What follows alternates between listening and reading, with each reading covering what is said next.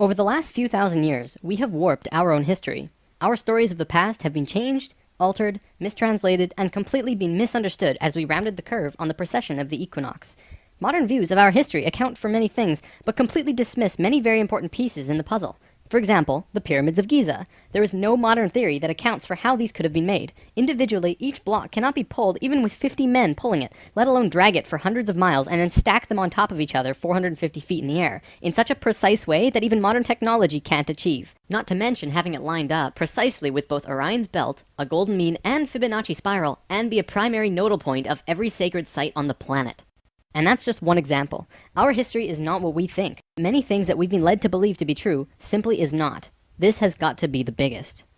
The field of archaeology recently saw some monumental discoveries that are rocking the foundation of what we think we know about ourselves. Many ancient cities such as Babylon, Erech, and Akkad that were written about in the Bible and other ancient texts were always thought to be myths because no one could prove they existed. Then, one of them was found. This led to finding another, and then another. Inside one of these cities, archaeologists found thousands of cylindrical clay tablets hidden deep within the earth under this ancient city. The tablets were completely covered in text, written in cuneiform, and tell an ancient story that spans back over hundreds of thousands of years on this planet, describing the history of the earth and the origins of the human race in great detail. Now, the first thing we all want to do is just say that they were making things up. They didn't know the history of Earth, and they were simply creating tales to explain where they came from. However, if this was true, how can we explain how they knew so many things about the universe that would seem impossible to know? Not only did the Dogons know all about the distant planets in the solar system, but so did the Sumerians. They described them all in great detail in these Sumerian records. They also knew about the precession of the equinox. That's a tough one for a historian to understand, because it takes over 2,000 years of continuous observation to actually learn that the Earth has a wobble. The Sumerians had this information from day one of their civilization. A man named Zacharias Sitchin spent a long time transcribing these texts and had put them all together in his books, but many others have also done the same, and the interpretations are always very similar. Not only that, but Thoth has also shared information about this with us, and his account matches the Sumerian records. Adamus and other channelings discuss it as well. If you see all of these records and sources, there is a huge connection between the stories. Now, this story spans back hundreds of thousands of years into our past. It talks about Tiamat and Nibiru, the Nephilim, seeding the human race, Adam and Eve, and the children of Lemuria. This portion of the story is really interesting, but not the most crucial to know. We're not going to be covering this at this time. We are, however, going to be picking up the story at the end of Lemuria, and discussing the events of Atlantis up to present day. What I'm going to tell you is a mix of what these records say, along with what Thoth has told us for some finer details. Please have your own experience while watching this. I'm not going to tell you that this is fact. I am simply saying, decide for yourself.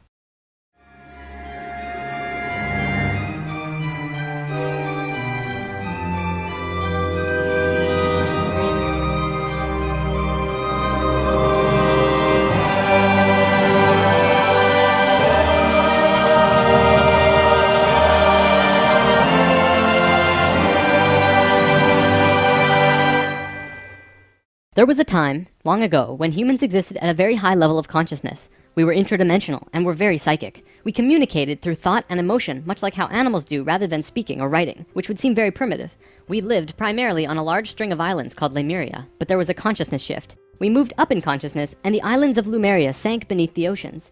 At the time of this shift, a new continent rose out of the waters. We called it Atlantis.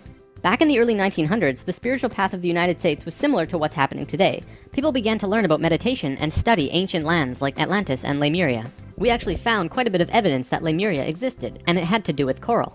See, the ocean floor does rise and fall. Coral can exist up to 150 feet under the surface of the water. In 1910, the surface of the ocean was probably higher because they were able to see coral rings heading away from Easter Islands for a great distance. These rings were estimated to be found at 1,800 feet, which means that for them to have existed, they would have had to be much higher and sunk slowly.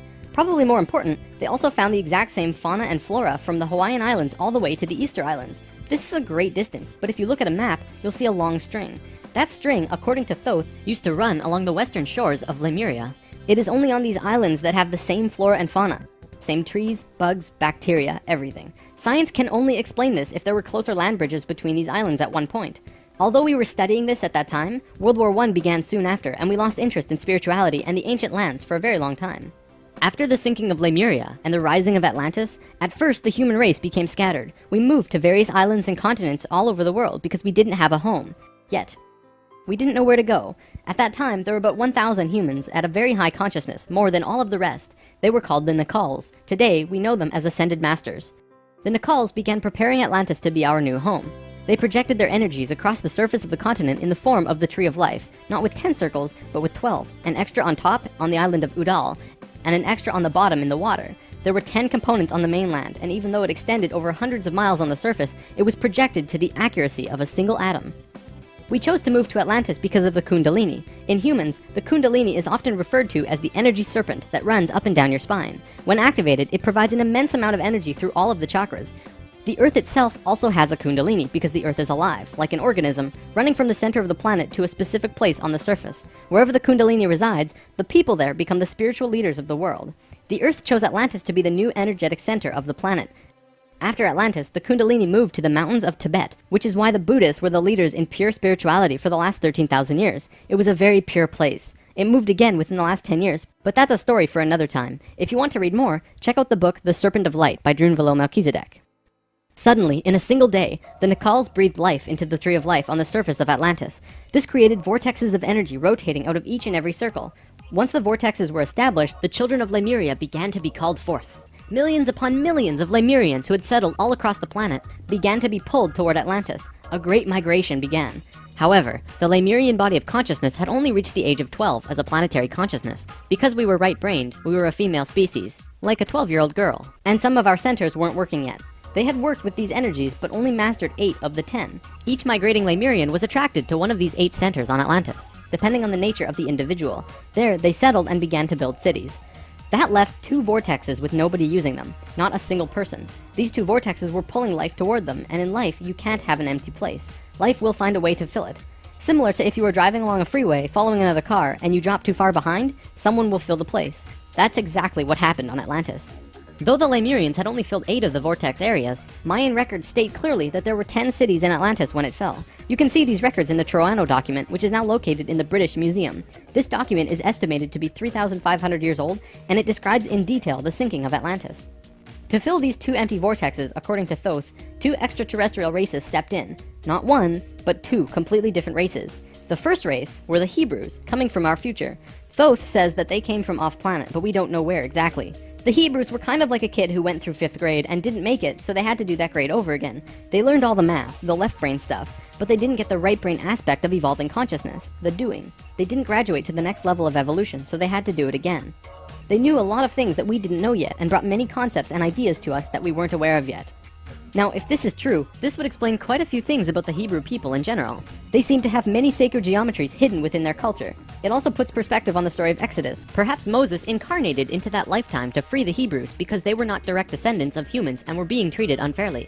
Or could it be that Moses was visited by an ascended master of the Hebrews who guided him to free their people?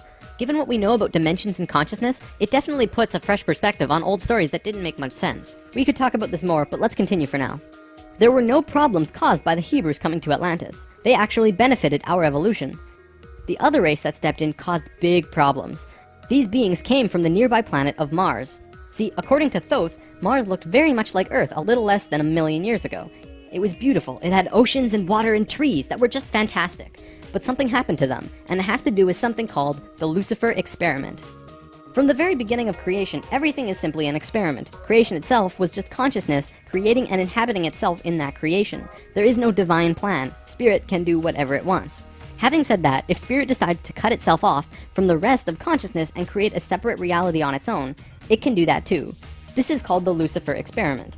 Because Spirit is God, it can do this. There is nothing wrong with that. We've kind of been led to believe that Lucifer is evil and the devil. This just isn't true. Lucifer is just another means of perceiving the reality. It is not a unity perception of oneness, but rather a duality perception of two-ness. There's a flower of life pattern for Lucifer as well, but that's a big topic for another time. Anytime the Lucifer experiment has been attempted in the universe, it always ends in failure. The species will cut itself off from love and will become incredibly male, left-brained. What always ends up happening is that everyone becomes very greedy. There is no compassion for one another, and everyone ends up fighting until they end up killing themselves. More than 1 million years ago, the beings on Mars joined the Lucifer experiment, and it failed dramatically. Basically, they cut themselves off from the unity of the universe and created a separate reality. When the Martians severed the love bond, they became pure male, logical beings with no emotions. What happened on Mars was that they ended up fighting. Mars became a battleground. Eventually, it became clear that Mars was not going to survive. They blew their atmosphere away and destroyed the surface of the planet. Nova recently did an episode on planetary magnetics, and they found some interesting things about Mars. The planet didn't have a magnetic system, however the surface was magnetized, implying that at one point it did, but that something happened. Now, we've been discussing the star tetrahedron before, and now I want to give you a brief understanding of the Merkaba. The Merkaba was known in ancient times as the Chariot of Ascension. It is the star tetrahedral energy field around the body. All around the world there are references to this in ancient texts. When activated to its full potential, the Merkaba, which is both a tool and part of your being, can be used to do the impossible, included but not limited to changing dimensions and traveling through the universe. Before Mars was destroyed, they built huge tetrahedral pyramids. They built 3, 4, and 5-sided pyramids, eventually building a complex that was able to build a synthetic Merkaba. After 1 million years or so, it's been eroded, but the proof is there. Now, because the Martians were severed from the Unity consciousness, they couldn't create a living Merkaba. They simply used it as a tool. They created a synthetic Merkaba to travel in time and find a new home. A small group of Martians tried to get away from Mars before it was destroyed, and that place they found was Earth. About 65,000 years in our past. They saw this little vortex sitting there, just pulling in life, with no one in it. They didn't ask permission. Being part of the Lucifer experiment, they just said, alright, let's do it. And they stepped onto that vortex, and in doing so, they joined and changed our evolutionary path. Thoth's father, Thome, was one of the Nakals who set up Atlantis on the island of Udal. That island, the top of the Tree of Life, was the brain of Atlantis, and on it was a small city called Poseidon. This city is what Plato was discussing when he said that Poseidon bore 10 children, the 10 circles on the Tree of Life. Poseidon was made of 3 rings painted in black, red, and white stones, and it was the symbol for Atlantis. The inner circle represented the Nakals, the middle circle were the priesthood, called the Maya, and the outer circle represented the regular people of Atlantis. We'll come back to this down the road. There were only a few thousand Martians who came to Earth through the synthetic Merkaba. The first thing they did when they arrived in Atlantis was try to take over the continent. They tried to declare war and invade. However, they were vulnerable due to their small numbers, compared to the millions of Atlanteans, and we finally subdued them. We were able to stop them from conquering us, but we could not send them back. When this happened on our evolutionary path, we now had the planetary consciousness of a 14-year-old girl. The Martians were an incredibly male species, and also very old, so what you had was a 14-year-old girl being taken over by a 60 or 70-year-old man. We had no choice in the matter. The Martians just stepped in and said, like it or not, we're here. They didn't care what we thought or felt about it. Really, it was no different from what the settlers of North America did to the Native Americans. Once the initial conflict was over, it was agreed that the Martians would try and understand this female thing they lacked. This emotional feeling, which they had none of at all. Things more or less settled for a while, but the Martians slowly began to implement their left-brain technologies, which the Atlanteans knew nothing about. One after the other, the Martians kept putting out these left-brain inventions, until the Atlanteans slowly began to see things through their left brain. We slowly began to become a male species. The Martians gained control, bit by bit, until eventually they had all of the power, as was their intention. The animosity between Atlanteans and the Martians never subsided, not even till the end of Atlantis. They hated each other. The Atlanteans were shoved down and treated like inferiors. It was like a marriage that the female component didn't like, but the male component didn't really care if she liked it or not. It remained this way for a very long time, until about 26,000 years ago, when the next phase slowly began. Before we continue, we have to talk about polar shifts. See, in the 1930s, Edgar Cayce was channeling information for a geologist when he stopped and he said, "There's something you should know. In the near future, the Earth's poles are going to shift." Cayce was a brilliant man with a very strong connection to higher dimensions, where he communicated with other beings for the human race. Ultimately, it was because of his channelings that the belief system called New Age was created. This is again just putting what he was doing into boxes of understanding, because no one else understood what he was doing at that time. Nevertheless, when Cayce talked, people listened. Geologists began exploring the possibility of a polar shift, and they found something remarkable. A string of major pieces of evidence came forth and lent tremendous weight to what Cayce was saying, and they have now changed the world's view on the subject. Scientists believed that if there was going to be a physical pole shift, there would also be a change in the magnetic poles. Through studying lava beds, geologists were able to see where the planetary magnetics were when the lava beds hardened at certain depths. They found that the earlier magnetic poles were not where they were now, but in Hawaii. The last shift that took place was 13,000 years ago, and we will get there in the story soon. They did another test and found that it had shifted again 26,000 years ago as well. Scientists also learned that polar shifts happen very quickly. In a single day, the magnetics would do a complete flip, or turn 90 degrees. There's that number again. And within 24 hours, the sun would be rising differently than it did the previous day. This shift has happened hundreds of times over the last 100 million years on Earth, but it's speeding up now and happening faster and faster. Now only 13,000 years between each shift. A whole new viewpoint is beginning to be understood. From space, would this not appear as a pulse? Now, there's a lot more to talk about with polar shifts, but I'm going to give you the basics. A scientist named Charles Hapgood was studying this at great detail because the leading theory behind what caused polar shifts was still underdeveloped at the time. He came up with a theory that demonstrated to be possible through various experiments. Through these experiments, they learned that the surface of the Earth, the crust, could slip over the main mass of the Earth, which continues its rotation as if nothing happened. The crust would rotate and spin out of control until eventually it settles again in a new location aligned with the new magnetics. During this time, there are massive earthquakes and tsunamis and devastations that rock the world. Doesn't that sound a bit like the destruction described in the Book of Revelations? Now, I don't want to freak anyone out. Besides Edgar Cayce's account, many other ancient prophecies, including Nostradamus and Mayan prophecies, have talked about polar shifts in one way or another. And modern science is becoming increasingly aware that there is going to be a polar shift in our near future, which is lining up with our consciousness shift, though they don't take that aspect into account. It's funny actually, a while back, Nova did 2 reports on polar shifts, and both times NASA shut them down. Then recently, Nova released a new video called Earth's Magnetic Storm. That video shows all of the evidence for pole shifts without actually using the words pole shift. It's almost as if a specific company doesn't want us knowing about this and the evidence that's been brought forth.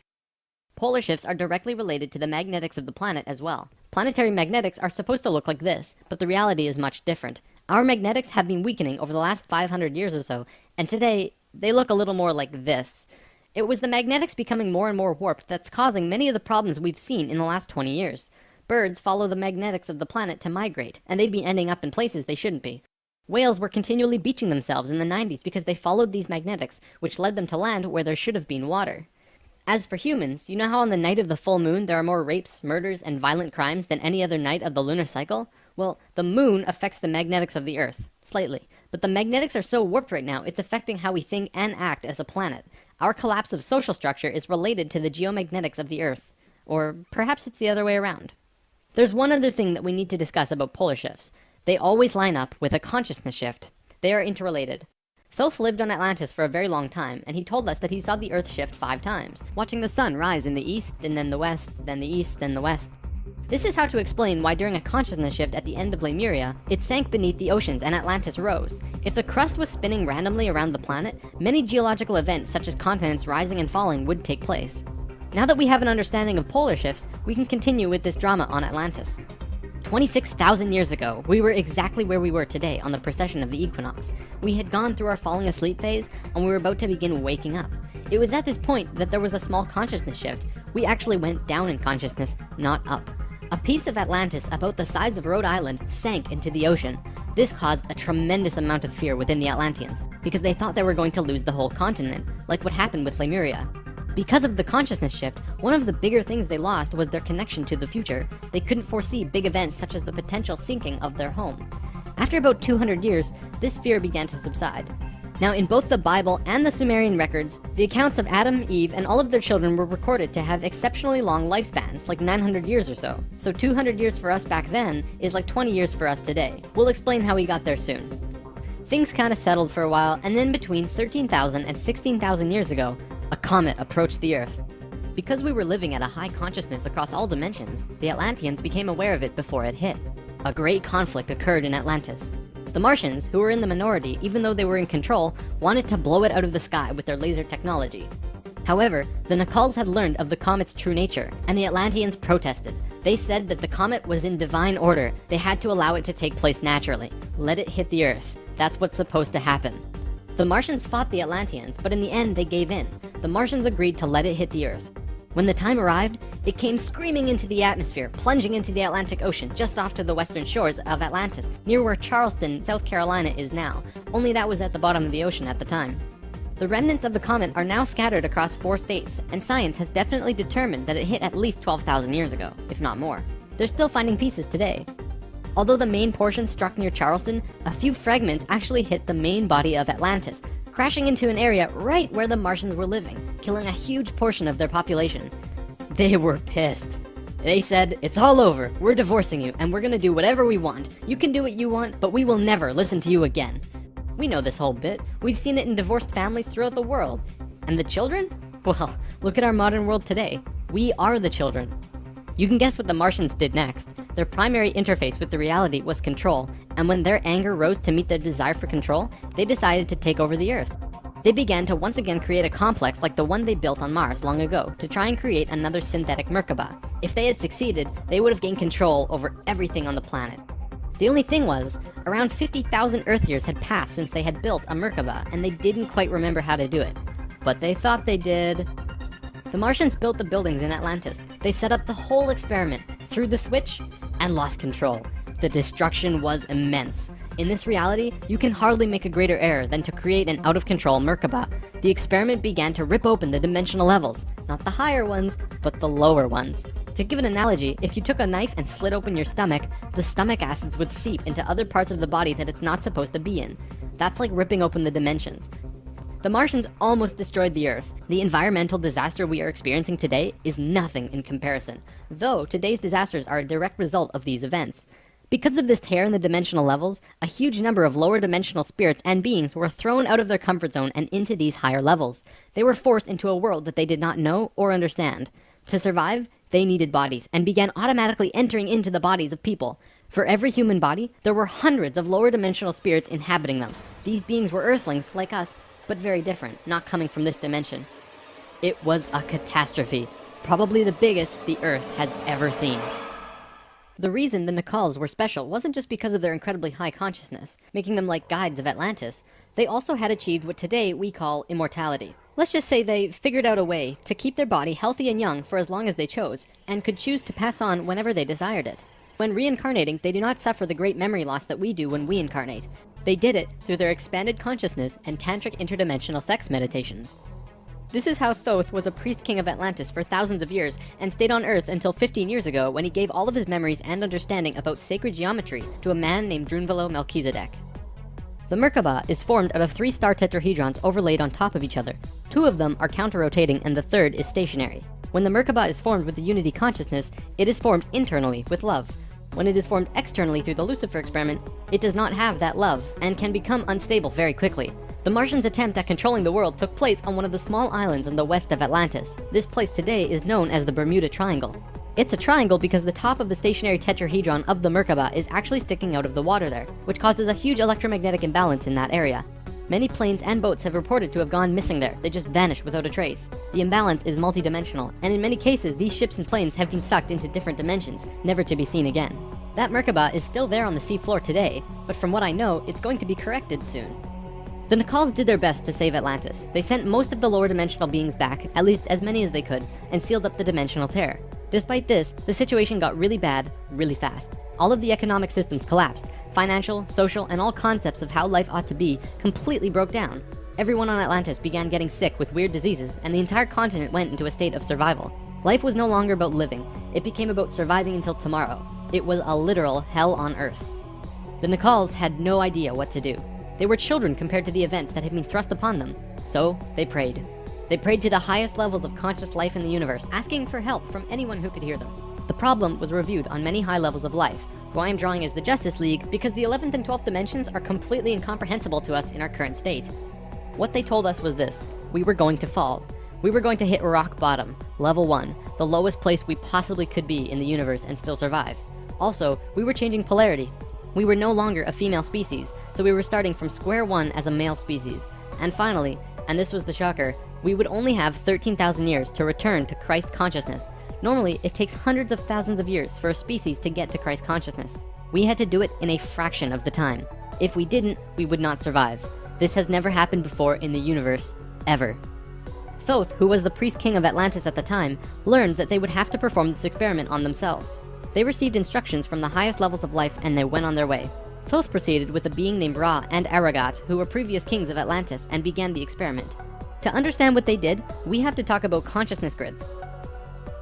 A planetary grid is an etheric crystalline structure that envelops the planet and holds the consciousness of any one species of life. This grid does have an electromagnetic component associated with the 3rd dimension, but it also has a component for every dimension as well. These grids are geometric, of course, and science will eventually discover that there is a grid for every species in the world. Each of these grids have their own geometry and are unique. There's not another one like it, just as the species itself are unique. These grids give off light as well, and from space they can be seen as the source of the bluish glow around the Earth. What Thoth and friends had to do was create a synthetic Christ consciousness grid, allowing humans to ascend to Christ consciousness in a very short time. But first, let's talk about the science behind the grid. Perhaps you've heard of the 100th monkey experiment. Over a span of 30 years, scientists were researching a species of monkey called Macaca fuscata on an island in Japan. They were providing the monkeys with sweet potatoes by dropping them in the sand. The monkeys liked sweet potatoes, but they didn't like the sand and dirt so much. A few monkey children figured out that they could wash their sweet potatoes, and some of them taught the technique to their parents. Only a few of the adult monkeys did this though. This went on for some time until one day, the monkeys who actually knew the technique hit critical mass. And bingo, the technique started spreading faster than it did before. Monkeys started learning it really easily across all of the Japanese islands nearby as well as on the mainland. They knew that there had to be something that wasn't yet understood about how a species is connected to itself. So what did we do? We tried it on humans. Our research team made a picture out of human faces. About 100 faces hidden within a single picture, but at first glance, you could only see about 6 or 7. They did several surveys with a few hundred people in Australia and said, all right, find the faces. Most people could only pick out 6, 7, 8, 9 or so, not many more. After that, the research team went to Britain and aired the picture on a closed cable BBC special that was shown only in England. They showed where all of the faces were, every last one. Half of the research team, which stayed in Australia, did the experiment again with new subjects. And lo and behold, people were just naturally able to see more faces. After this experiment, they knew that something definitely connects us all, and the field of noetics is learning more about it daily. It's mass consciousness. In lesson 11, I showed you the 3 levels of consciousness. Each of these levels have their own consciousness grids around the planet, and our second level grid is based on squares and triangles. Many governments of the world, especially the Russian and US governments, were studying our grids back in the 60s and probably earlier. When mapping out the grid on the planet, you find little military bases on many of the nodal points of the grid. There are tons of these bases way out in the middle of nowhere, like on little islands like Guam. This couldn't be a coincidence that these government powers placed their bases right where the little spirals came out of the grid. They were trying to take control of the grid, because if you control consciousness, you control what we think and feel. Of course, there was another organization that had its hand in both of these governments, and still do, and we will discuss them soon enough. This grid is visible through astral projection as well. 13,000 years ago, it began. Thoth, Ra, and Aragat were to create a global complex that was able to build a synthetic Christ consciousness grid over a 13,000 year time period. The first thing they did was to fly to a place which is now called the Giza Plateau, but back then it was known as the land of Chem. It was also a rainforest back then as well, not desert like it is today. First, they created a grid around the planet 4th dimensionally, and then began to construct it in the physical 3rd dimension. They went to the male energetic axis of the Earth and constructed a complex which today is called the Solar Cross. These men were 6th dimensional beings at that time and were living at a very high level of consciousness, so whatever they thought happened instantly. It was that simple. According to Thoth, he built the Great Pyramid, not the Egyptian king Cheops. Thoth says that it was built 200 years prior to the pole shift and built very quickly. These pyramids were aligned precisely with both Fibonacci and golden mean spirals emanating from out of the solar cross. Interestingly enough, Edgar Cayce also channeled that the pyramids were constructed in this time. The pyramids were also found to be built from the top down. The stones on top were placed first, which has baffled researchers ever since. Every time more is learned about the pyramids, we move further into dark on understanding how they were formed. If what Thoth says is true, well, that explains everything. From there, Thoth and friends constructed an entire network of temples and structures along this grid 4th dimensionally, placing them on nodes on the new synthetic Christ consciousness grid they were creating. All of them were made with Fibonacci or golden mean spirals, and all of them were mathematically referred back to the solar cross in Egypt through the Great Pyramid. The creation of all of the sacred sites on the planet were no accident. It was a single consciousness that created them all, from Machu Picchu to Stonehenge to Zaghuan, you name it. There are a few exceptions, but most were created by a single awareness as part of a unity consciousness grid. Although the Great Pyramid was done all at once, many of these ancient structures of the world were made 4th dimensionally and slowly dropped in frequency until they manifested on the 3rd dimension over a long period of time. Richard Hoagland's research brings this forward, but he wasn't the first either. They showed how one sacred site is extrapolated from another to another to another. A hot topic of discussion right now are ley lines. These are simply geometric relations between sacred sites. Archaeologists are now finding these huge connections between major spiritual sites in the globe, and now we know why they're connected. These sites had to be built physically so that the Christ consciousness grid could manifest. In a way, think of the physical sites as the wiring of a giant wireless electrical system, and then it needs about 13,000 years of continuous energy flow for it to actually turn on. And just so that you're not left in suspense, yes, the grid was completed. It came to life and is now active, though not really used. Congratulations, Earth! We actually survived.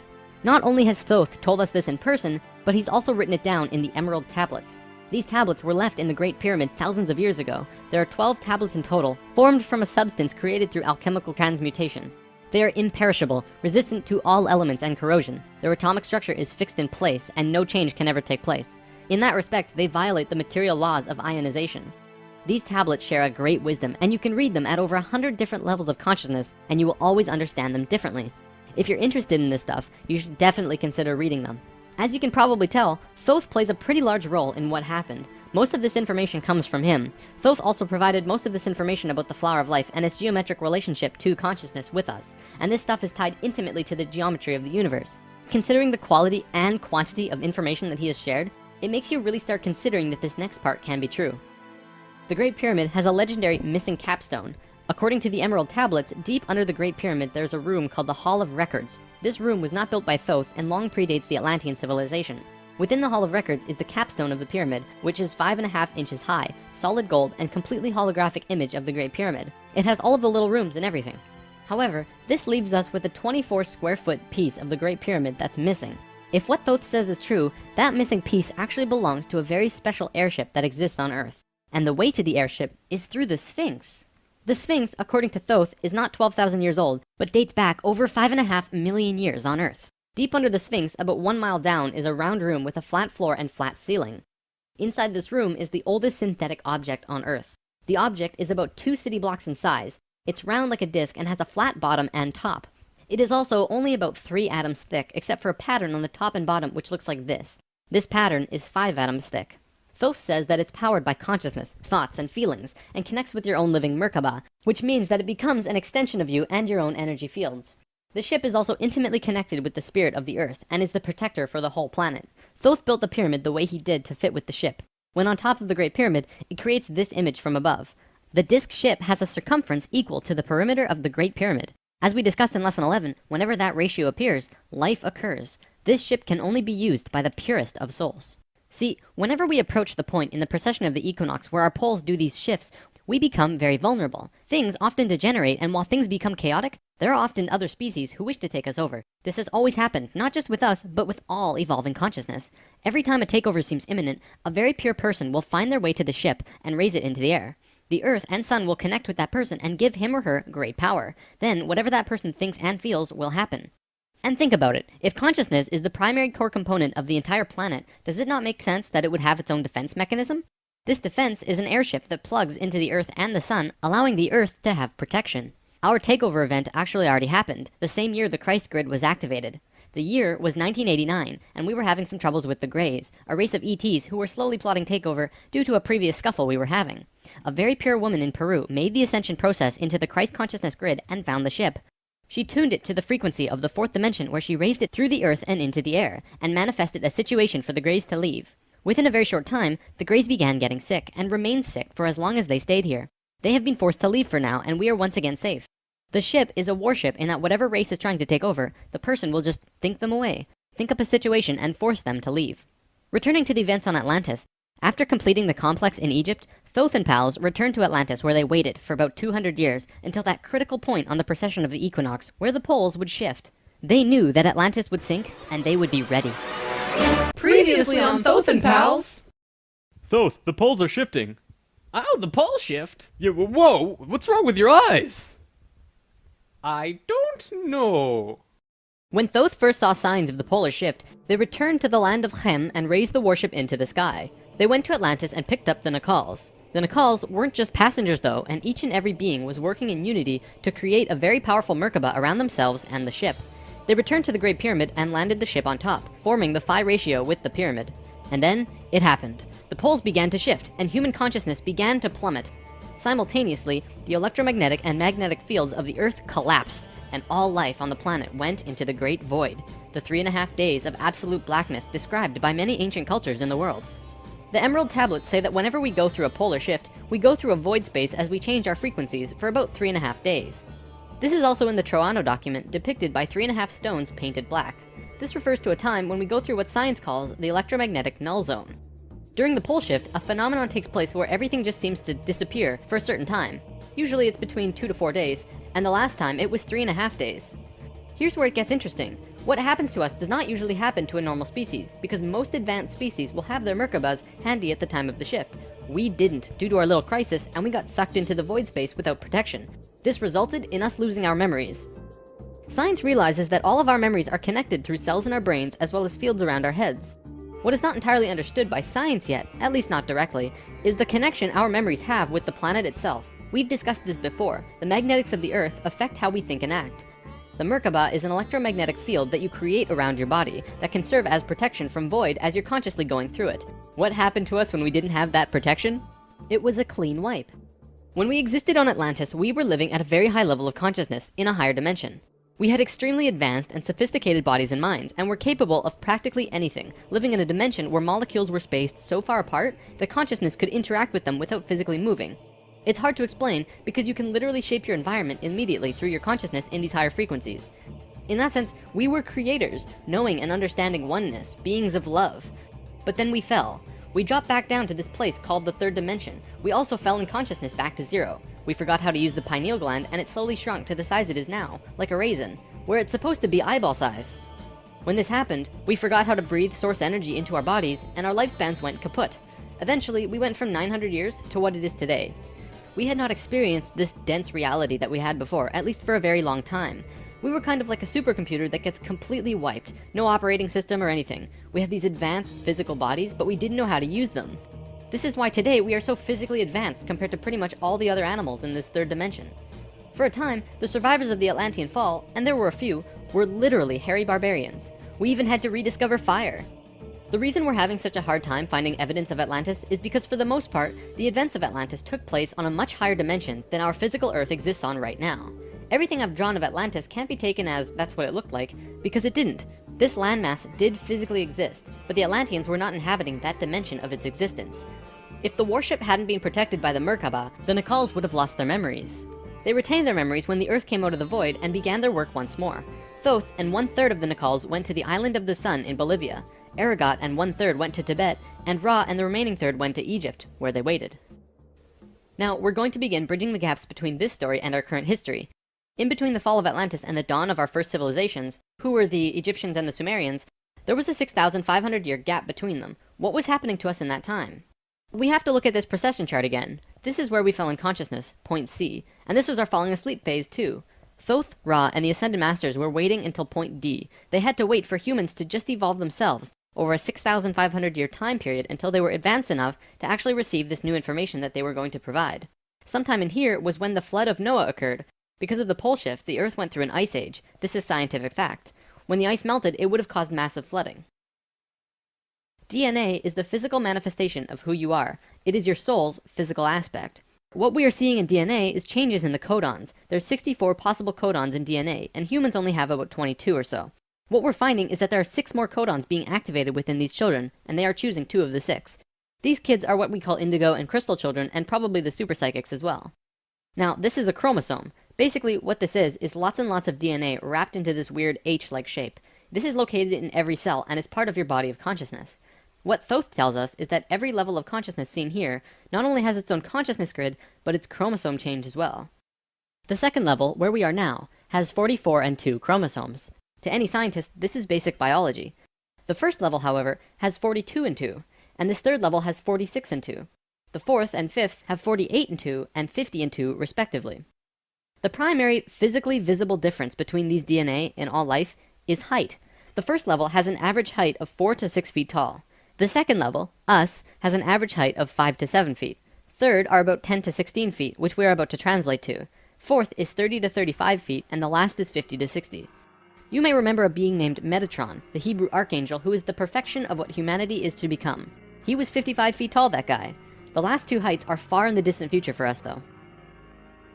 This is a place in Egypt today called Abu Simbel. The first thing you notice is that these statues are huge, but with the information about the DNA, this paints a different picture.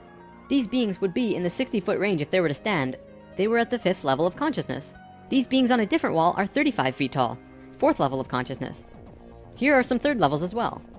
Archaeologists saw this and thought that it meant that the man was just much more important than the woman, when in actuality, the kings of Egypt had 5 different names, one for every level of consciousness. Some of the kings were even able to translate into different dimensions, and that's how they guided the population with the power of the gods.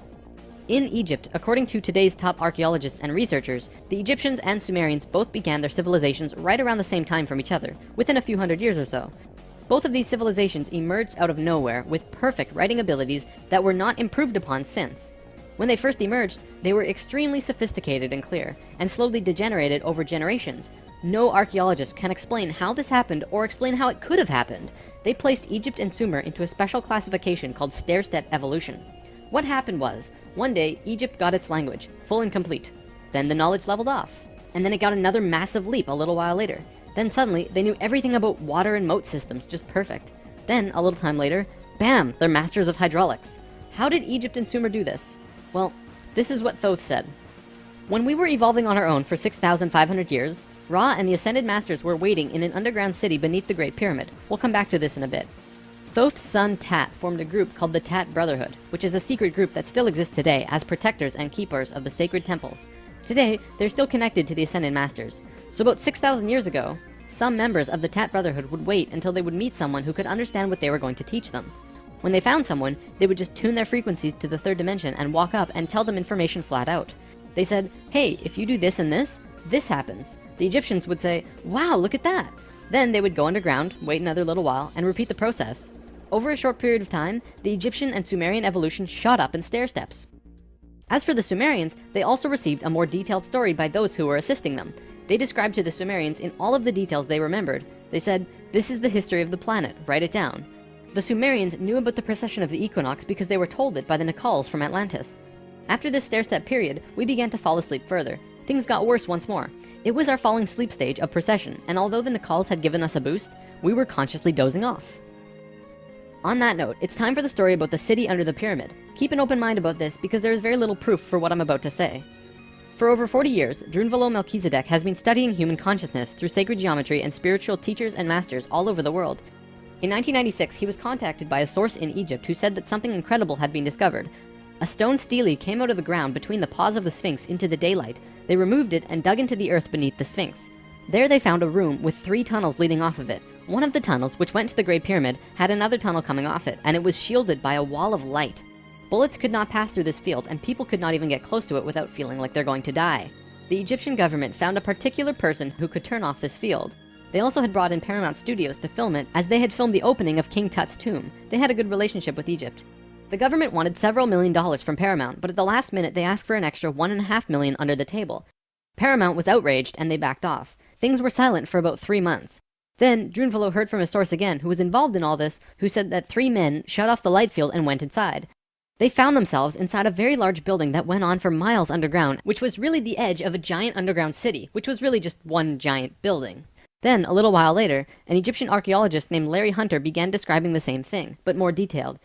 He said that the city was 6.5 by 8 miles wide and 12 stories deep, and the city was outlined by specific temples in Egypt. The 3 pyramids are lined up with Orion's belt, but there are also small temples for every other star in the constellation. Those temples map out the city underground and are made out of a special stone not found anywhere else in Egypt called Koinen stone. Incredibly enough, very recently, ancient tunnels were found in Romania that led to both Egypt and the inner earth. Now, I don't have time to go into detail about this particular story, but if you want, check out the book Transylvanian Sunrise by Radu Sinamar. To be clear, this is a theory that has not been accepted by the Egyptian government, but the underground city that Thoth said was there is, according to Mr. Hunter, marked by temples made of a unique substance, and the temples match the star pattern of the constellation of Orion. 4,000 years after the stair-step evolution, we were at our lowest stage of our evolution. We were hitting bottom on the awareness road. Suddenly, out of the darkness, 3 men came to Earth to give us a little nudge. Everything in ancient Egypt was synthetic. They had this entire civilization based around achieving heightened states of consciousness, but they had to do it through tools. Now, we're not going to look at each of these tools individually, but let me give you a brief overview here. This tool was used for transferring vibrations into the body. Along with that were the hook and flail. This little device was a kind of generator to increase vibrations, though there's not too much information available on it.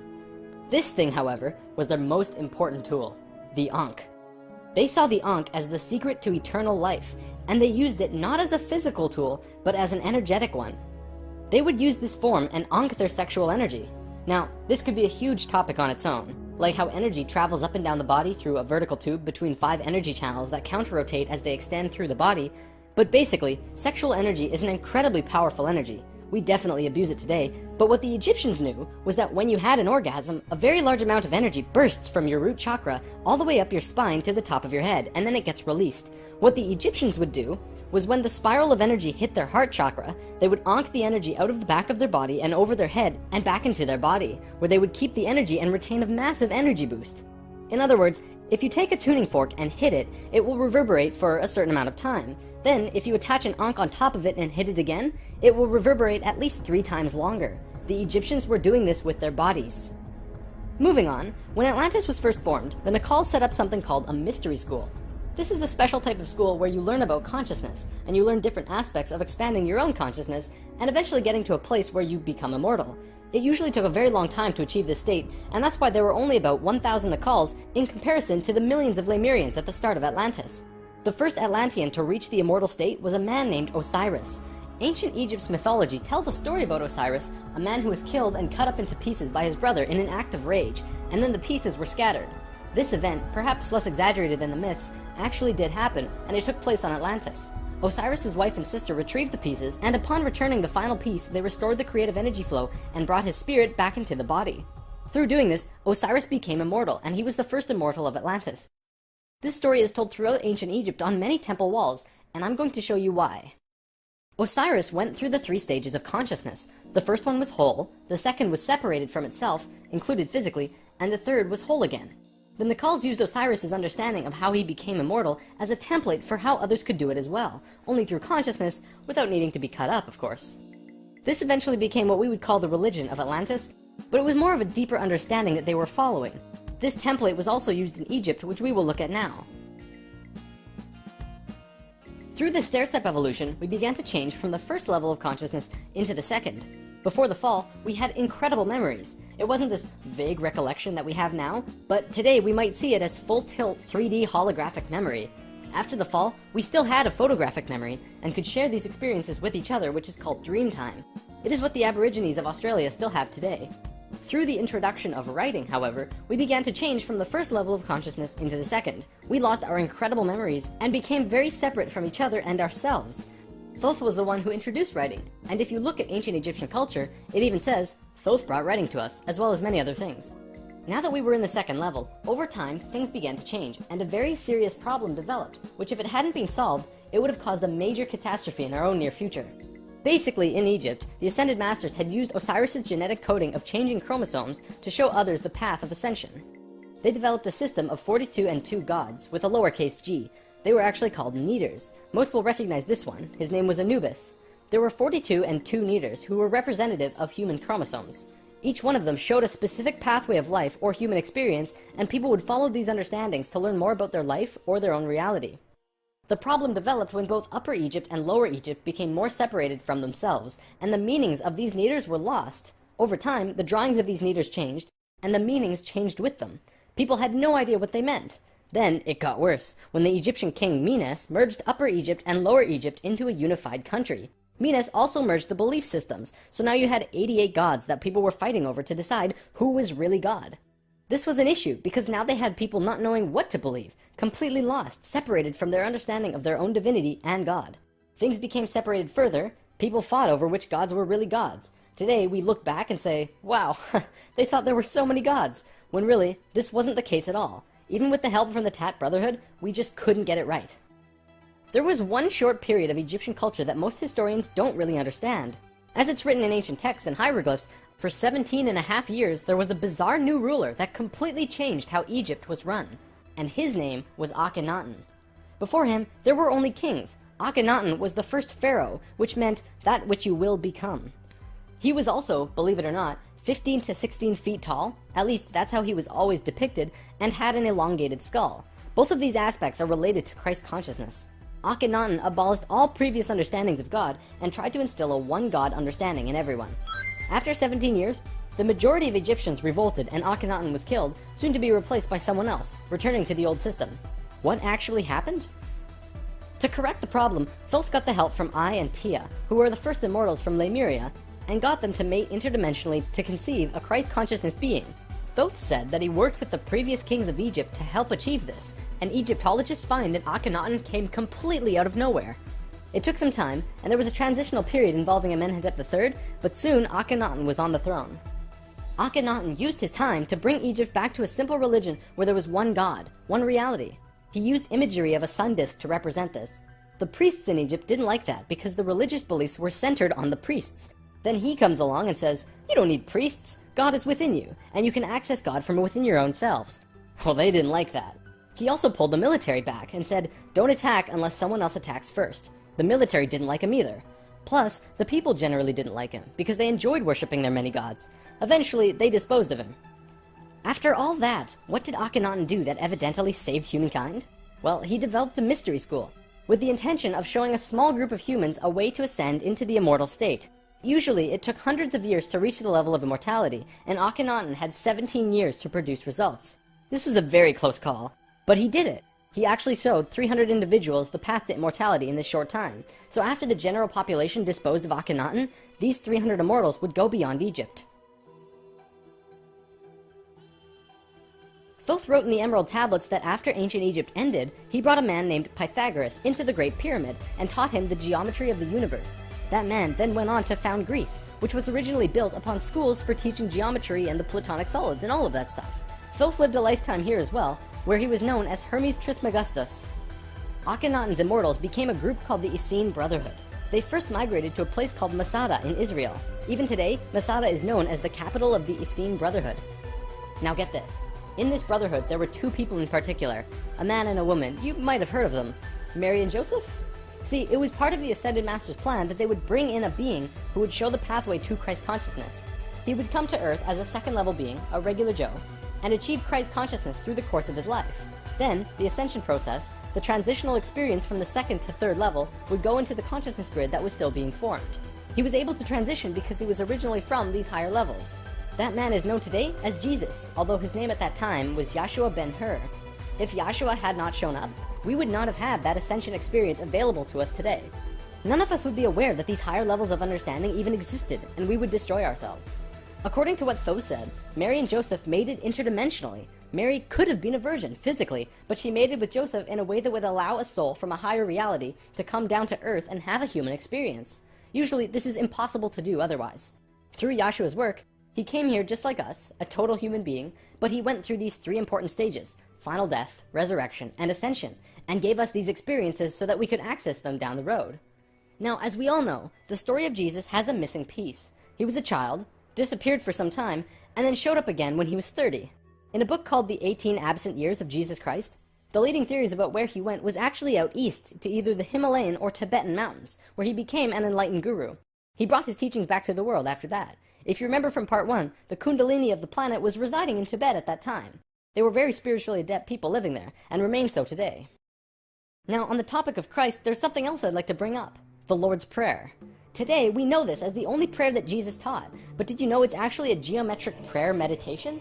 A man named Bodhi McCoy spent over 20 years working with this prayer and analyzing it with sacred geometry, and has discovered some incredible synchronicities. In his book, Live the Promise, he explains how the original prayer, not the extended version mind you, has 7 segments or thoughts, which align perfectly with the 7 chakras as well as the 7 original branches of yoga. Bodhi teaches how to do this prayer meditation, as well as meditations him and his wife have developed based on the Lord's Prayer, called heart dances. It's really quite incredible to see how it all works with the pure geometries of the universe. If you wish to learn more, check out livethepromise.net.